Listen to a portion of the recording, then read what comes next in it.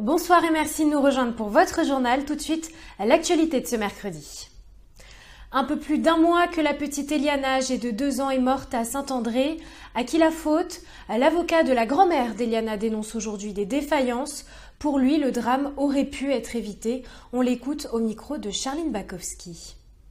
C'est vrai qu'à l'époque du décès d'Eliana, on se posait la question sur l'action ou l'inaction des services sociaux, dans la mesure où il y avait plusieurs informations préoccupantes qui avaient été délivrées et des gens qui ont appelé le numéro vert. Les services sociaux se sont rendus compte que, outre les difficultés de la mère à élever ses enfants, à leur proposer un cadre sécurisant, sans danger, c'était tout à fait le contraire. Les enfants étaient en danger, en grand danger devant les violences de ses concubins, et puis elle-même, elle était alcoolique. Les services sociaux ont demandé le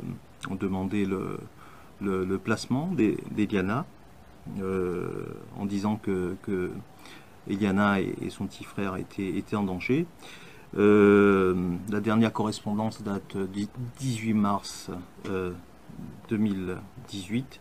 Eliana est morte 10 jours après. Donc on peut se poser la question sur les suites qui ont été réservées au signalement effectué par les services sociaux.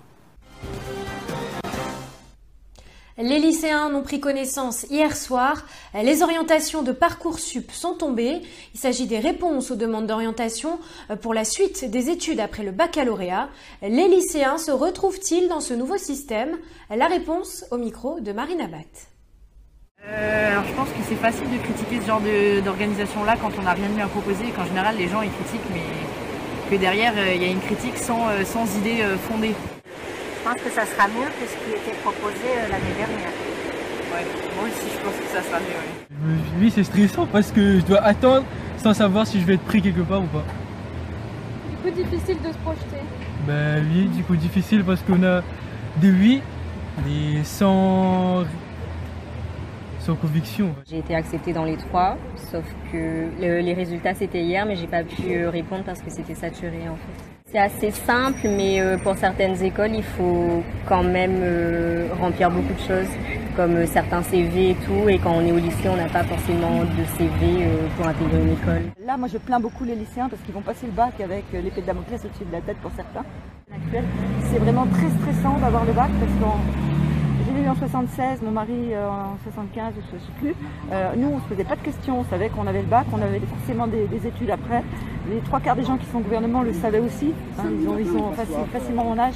Et depuis quelques années, c'est vrai que c'est un peu aléatoire. Ça y est, les automobilistes n'ont maintenant plus le choix.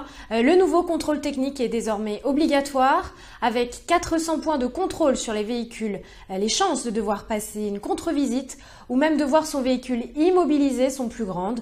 Sur notre île, la différence de prix n'est pas énorme. Le coût de l'ancien contrôle étant plus élevé qu'en métropole. Le point avec Charline Bakowski. Alors pour ce qui va changer, les défauts vont devenir plus sévères, beaucoup plus sévères. Plein de défauts qui étaient juste signalés, maintenant vont passer en contre-visite. Le prix, on était à 80 €, on passe à 89 €. Pas énorme au niveau de différence de prix. Par rapport en France, si on était à 60, on passe directement à 80. Il y aura toujours les 2 mois de contre-visite, mais il ne faudra pas circuler avec le véhicule pendant ces 2 mois si le véhicule n'est pas réparé sur les points en critique. Au niveau des équipements, ça n'a pas changé. On a eu une grosse mise à jour de tous les équipements de contrôle au niveau de l'OBD et tout, mais rien n'a été changé. Notre manière de contrôler les défauts ne change pas, mais c'est l'importance des défauts qui change. Avant, un écoulement d'huile n'était pas en contre-visite. Maintenant, selon son importance, il peut être soit en contre-visite, soit critique, c'est-à-dire avec immobilisation du véhicule. Avant, une plaque de protection sous moteur était juste signalée, maintenant elle sera en contre-visite. La loi les rend obligatoires depuis le 1er janvier 2018. Les 8 vaccins pour les enfants de moins de 2 ans, en plus des 3 déjà obligatoires. L'Agence régionale de santé parle de mise en danger pour ceux qui refusent de faire vacciner leurs enfants.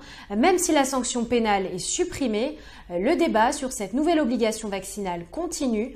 Philippe de Chazourne, médecin généraliste et président de l'association Med-Océan, pour qui l'obligation incite à la méfiance, interrogé par Soichon. Le souci de l'obligation, c'est d'inciter à la méfiance de la population. Quand on oblige, alors qu'il n'y a pas d'urgence de santé publique, on se dit mais pourquoi? Et après, vous avez toutes les thèses complotistes qu'on peut trouver sur Internet, ça part dans tous les sens.